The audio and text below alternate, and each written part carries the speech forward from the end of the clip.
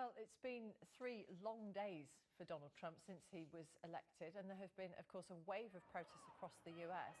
Right now, this is happening in New York. Thousands of people are on the street marching towards Trump Tower to protest against his victory. You'll recall that during the campaign, Donald Trump was criticised for comments that he made about women, amongst other groups, and he was accused of holding sexist attitudes. Yet, at the election, 53% of white people voted for him. So why was this, and what does a Trump presidency mean for women in the United States? Well, we're joined now via webcam by the political consultant Alexis Grenell, who is in New York now. Alexis, thank you very much for joining us. Why do you think 53% of white women did decide to vote for Mr. Trump, despite those comments that drew a lot of criticism? Sure. So historically, women typically vote Democratic, and the majority of women in this election did, in fact, vote for Hillary Clinton. The 53% of white women clearly, in my view, chose their racial privilege over their second-class status as women. Women don't vote monolithically on issues. We know this from data and research, and I think here we have a clear example of a section of women, a subsection of women, who chose their racial privilege over their gender identity. What difference did it make whether those women were married or single? Married women in the 53% of white women are the Trump supporters, and single women overwhelmingly voted for Hillary Clinton. Single women also, by a much greater margin, typically vote Democratic as well. So the Republican base among women tends to be upper middle class, white, married women. Based on the rhetoric, then, what would you assume President Trump-elect's tenure will mean for women's rights in the United States? I mean, I think it's pretty devastating. We didn't just deny the first serious female candidate for president, the White House. We also elected what is arguably the polar opposite of her. We empowered and ennobled somebody who has made, beyond what I would simply describe as sexist comments, misogynistic ones where he clearly does not recognize the equality and basic dignity of half the population.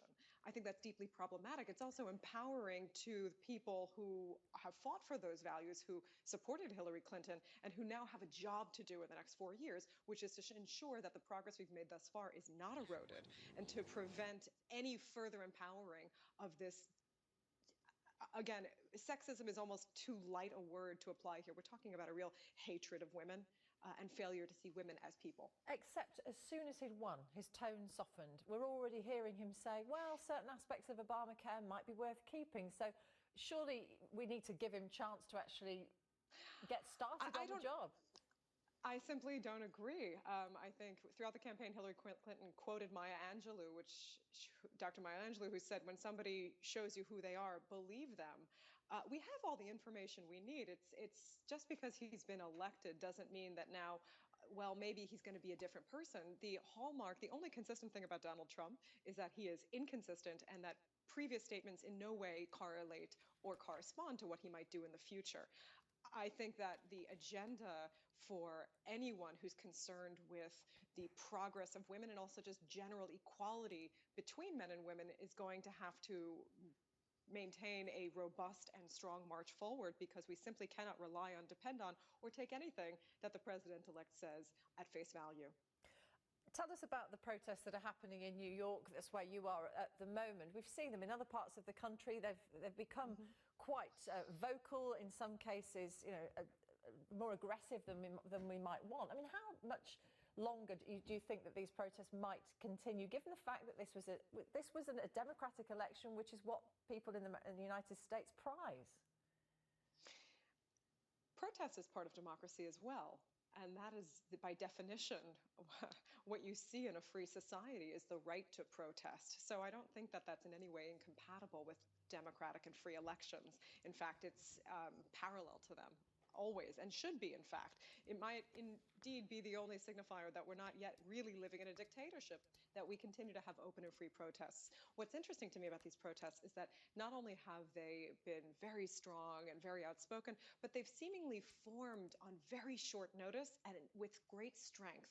That tells you a lot about, obviously, where the, the divisions are in this country, but also there's one being planned right now for January 21st, the day after Inauguration Day, a huge women's march on Washington. I think we're going to see a lot of protest. We have seen protests like this before as well, but I think the main message and what's important to emphasize here is that we cannot normalize this presidency. This is not like anything we've seen before.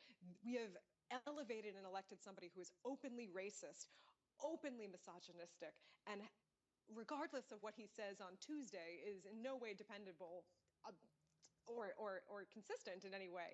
We're not going to erase what we just went through as a country, and normalizing that by pretending that we're going to get used to this and just sort of walk on forward is not the way forward. We are going to obviously have to get an agenda through a bizarre time in American politics, but that doesn't mean we have to normalize what's going on.